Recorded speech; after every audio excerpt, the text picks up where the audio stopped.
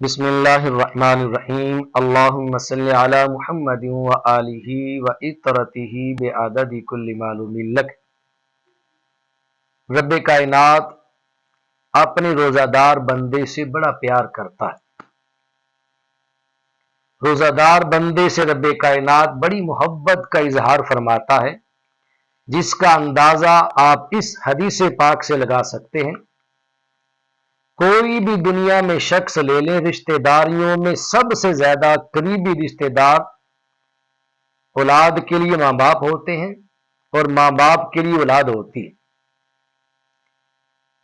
اولاد کو بھی ماں باپ کے منہ سے بو آتی ہے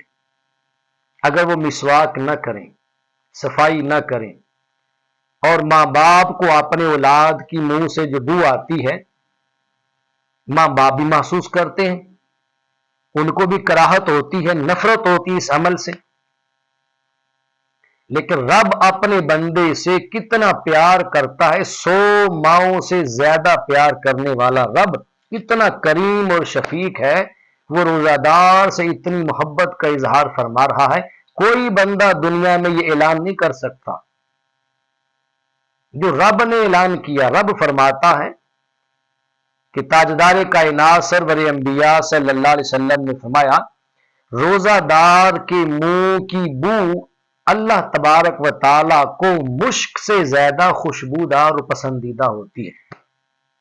اللہ کے ہاں روزہ دار کے منہ کی بو کا اتنا مقام ہے کہ اسے اللہ نے خوشبو کا درجہ دے دیا، اسے مشک کا درجہ دے دیا۔ اندازہ لگائیں جس کے منہ کی بو کا عالم یہ ہے، اس بندے کے سراپا کا عالم مولا کی بارگاہ میں کیا ہوگا۔ جو اپنے روزہ دار بندے کے منہ کی بو کی تعریفیں کر رہا ہے کہ لوگوں اس کے منہ کی بو بھی مجھے عزیز ہے، اس رب کی بارگاہ میں وہ بندہ کتنا معتبر ہوگا جو اس کی رضا کے لیے سارا دن بھوک اور پیاس برداشت کرے اور نفسانی خواہشات سے بچا اور رکا رہے۔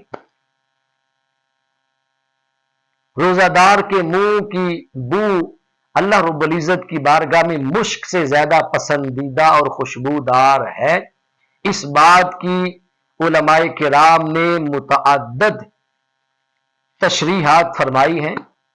ان تشریحات میں سے 2-3 تشریحات میں آپ کے سامنے پیش کرتا ہوں۔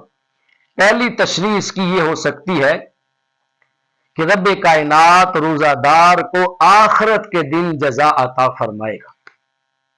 جزا کیا ہوگی؟ وہ جزا یہ ہوگی کہ روزہ دار کے منہ کی جو بو ہوگی وہ رب کائنات کو قیامت کے دن مشک سے بھی زیادہ پسندیدہ اور خوشبودار ہوگی۔ جیسے اللہ تبارک و تعالیٰ کی راہ میں اگر کسی بندے کو زخم لگ جائے مولا کی راہ میں، تو زخم لگنے والے کے بارے میں فرمایا گیا الریح ریح المسک، کہ اس کی خوشبو مشک کی خوشبو کی طرح ہے۔ تو جو اللہ کی بارگاہ میں اللہ کی راہ میں زخمی ہو، اس زخمی کی خوشبو، زخمی کی بو مشک کی طرح ہوتی ہے، اور جو اللہ کی راہ میں اپنے نفس کو زخمی کر دے، اپنی خواہشات کو مار ڈالے، اس بندے کے منہ کی بو پھر مشک سے بھی زیادہ خوشبودار ہو جاتی ہے۔ اور دوسری تشریح اس بات کی یہ ہے کہ جس طرح انسان کے نزدیک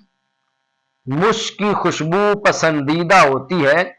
اسی طرح اللہ تبارک و تعالیٰ کی بارگاہ میں بھی، اللہ تبارک و تعالیٰ کے ہاں بھی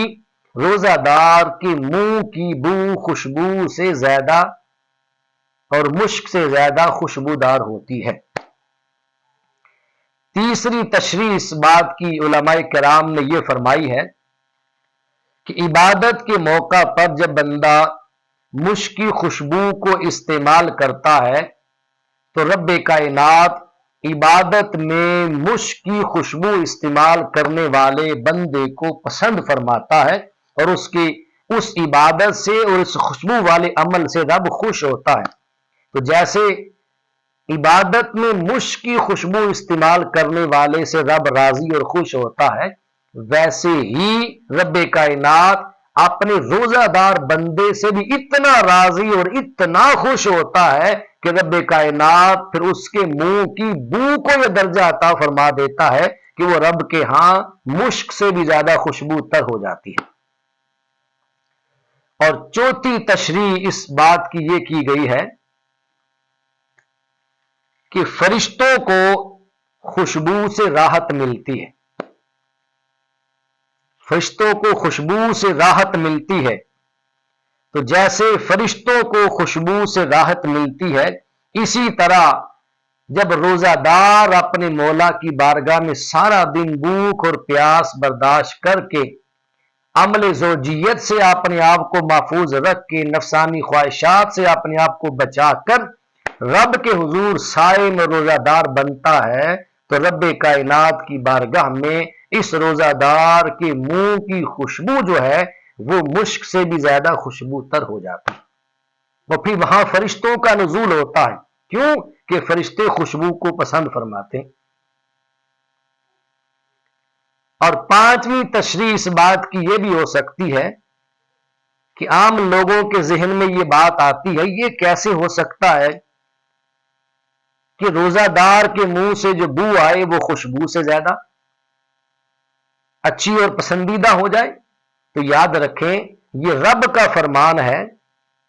روزہ دار کے منہ کی بو اس کے ہاں مشک سے زیادہ خوشبو دار ہے۔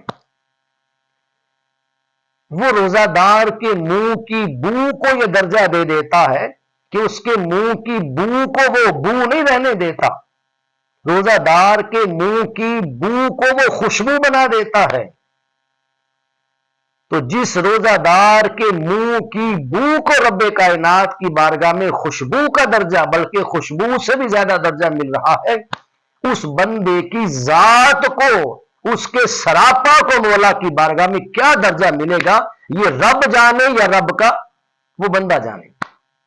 بلکہ رب ہی جانتا ہے۔ اسی لیے فرمایا گیا کہ الصوم لی وانا اجزی بہ، روزہ میرے لیے ہے اور میں ہی